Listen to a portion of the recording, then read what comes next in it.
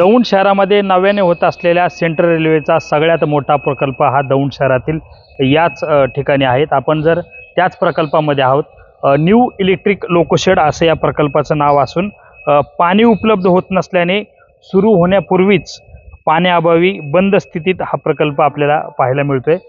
काही दिवसांनी सुरू होणार होता, मात्र या ठिकाणी पाणी उपलब्ध होत नसल्याने अनेक वेळा अधिकाऱ्यांनी या ठिकाणी पाण्यासाठी दौंड नगरपालिका आणि जलसंपदा विभागाला पत्र पाठवलेले, मात्र त्यांच्याकडून कोणतंही ठोस असं उत्तर हे मिळालेलं नाहीये।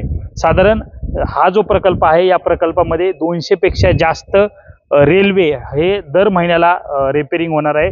दर महिन्याला या ठिकाणी रेल्वेच्या इंजिनवर जे आहे ते काम चालणार नाही। त्यामुळे सेंट्रल रेल्वेचा अतिशय महत्त्वाचा प्रकल्प आहे। या प्रकल्पाला पाणी उपलब्ध होत नाही। साधारण 3000 पेक्षा जास्त कर्मचारी या प्रकल्पामध्ये काम करणार आहे। त्यामुळे त्या कामगारांना या ठिकाणी पिण्याचे पाणी असेल किंवा स्वच्छता संदर्भात काय असेल त्यासाठी हे पाणी लागणार आहे। मात्र ते पाणी उपलब्ध होत असल्याने हा प्रकल्प सध्या प्रकल्प सुरू होण्यापूर्वीच बंद अवस्थेत आपल्याला पाहायला मिळतोय। त्यामुळे हा प्रकल्पाला आता दौंड नगरपालिकेने पाणी उपलब्ध करून द्यावे अशी वारंवार जे अधिकारी आहेत रेल्वेचे, त्या रेल्वेच्या अधिकाऱ्यांनी वारंवार पत्र दौंड नगरपालिकेला पाठवले, मात्र त्या पत्राकडे दौंड नगरपालिकेच्या अधिकाऱ्यांनी गांभीर्याने घेत नसल्याने हा प्रकल्प सध्या तरी बंद आहे।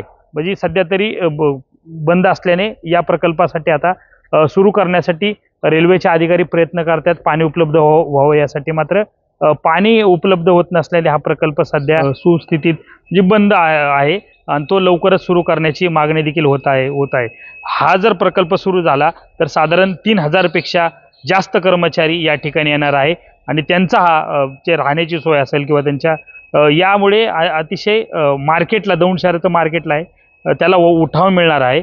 त्यामुळे हा प्रकल्प जर कार्यान्वित झाला पूर्ण क्षमतेने तर दौंड शहरासाठी अतिशय लाभदायक आहे। मात्र दौंड नगरपालिका त्यांच्या या मागण्यांकडे, म्हणजे पाण्याची मागणी आहे त्या मागणीकडे दुर्लक्ष करताना दिसते। त्यामुळे लवकरात लवकर दौंड नगरपालिकेने या प्रकल्पाला पाणी देण्याची मागणी या ठिकाणच्या अधिकाऱ्यांनी केलेली आहे।